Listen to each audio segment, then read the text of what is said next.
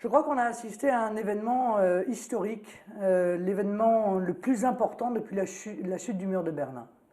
Je pense que le courage du peuple britannique, qui ne s'est pas laissé impressionner, intimider par les menaces, par le chantage, par le mensonge, par le catastrophisme des élites européistes, est une voie à suivre.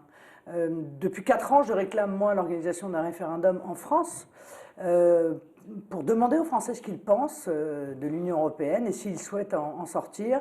Eh bien, les Britanniques ont tiré les premiers, en quelque sorte. Vous avez parlé, félicité peut-être les messieurs Johnson, Farage, Gove. Oui, j'ai félicité effectivement les leaders du livre, car je crois qu'ils ont réussi, eux aussi, à se faire entendre. Vous avez parlé avec eux?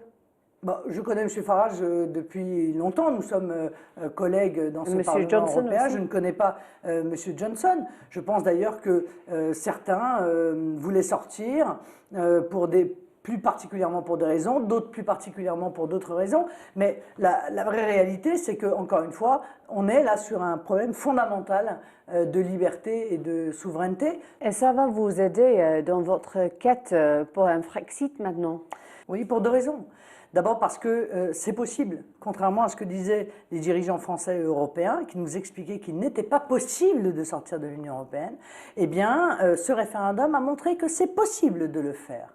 Et deuxièmement, parce que je pense que très rapidement, malgré la stratégie du chaos organisée ou souhaitée par les institutions européennes, très rapidement, la Grande-Bretagne va avoir les bénéfices de cette sortie de l'Union européenne. Et vous pensez maintenant que le Brexit va aider votre parti, le Front National? Mais, oui, parce que, encore une fois, qu'est-ce qui a été démontré?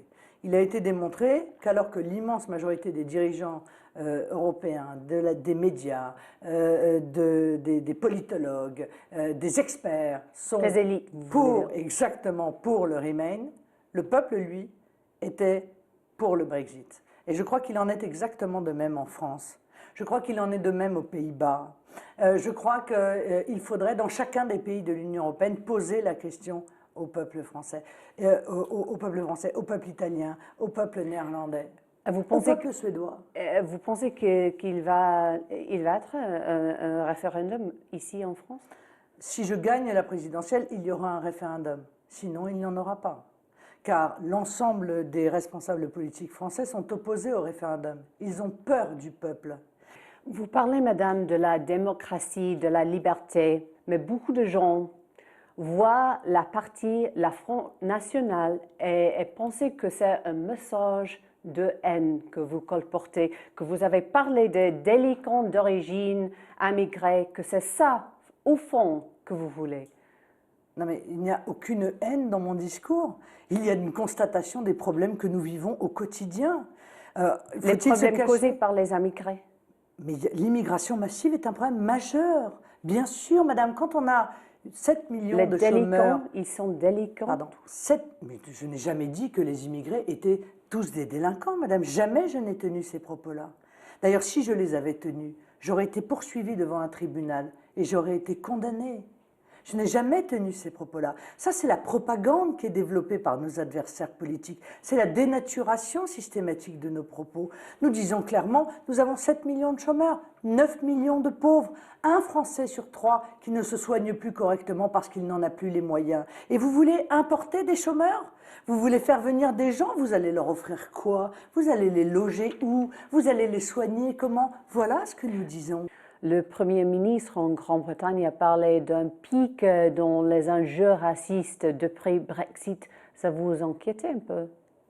Ah ben, bien entendu, le racisme doit être combattu sans aucune espèce de difficulté. Il faut combattre le racisme, mais ce n'est pas causé par le Brexit. Encore une fois, il faut arrêter la propagande. Il faut arrêter la propagande. Et s'il y a des gens qui se croient autorisés, en raison de ce vote, pour faire preuve de racisme, eh bien, il faut les poursuivre et les condamner.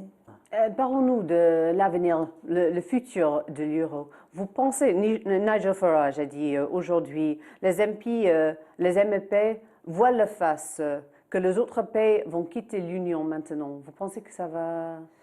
Je pense que oui, le Parlement européen a très peur. Et encore une fois, s'il souhaite mettre en place ce processus de vengeance, de punition à l'égard de la Grande-Bretagne, c'est parce qu'ils craignent la mise en œuvre de référendums dans d'autres pays. Mais pourquoi le craignent-ils?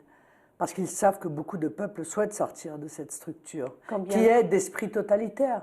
Vous pensez que le Brexit va passer? Je le souhaite, car alors sinon, nous pouvons mettre au feu la Déclaration des droits de l'homme, les grandes valeurs de l'Europe.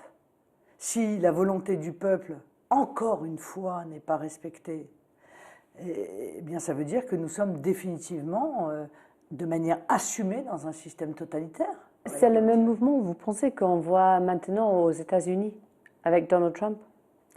Et Sanders. Et Sanders. N'analysez pas uniquement le cas Trump. Moi, je trouve que l'émergence de Donald Trump et de Bernie Sanders sont révélateurs d'un rejet du système politique, d'élites qui méprisent le peuple, qui travaillent, qui communautarisent le peuple, qui saucissonnent le peuple. Ils ne veulent plus de cela. Ils ne veulent plus de responsables politiques qui sont inféodés aux grandes multinationales, qui défendent des intérêts particuliers ou des intérêts catégoriels au détriment de l'intérêt général. Je pense que ce vent-là traverse toute la planète. Sanders maintenant a quitté la course. Vous pensez que Donald Trump peut gagner? Vous aimeriez le voir gagner? Non, mais moi je l'ai dit de la manière la plus claire qui soit. Tout le monde sauf Hillary Clinton. Tout sauf Hillary Clinton. Voilà. Je le dis sans coup férir. N'importe qui sauf Hillary Clinton.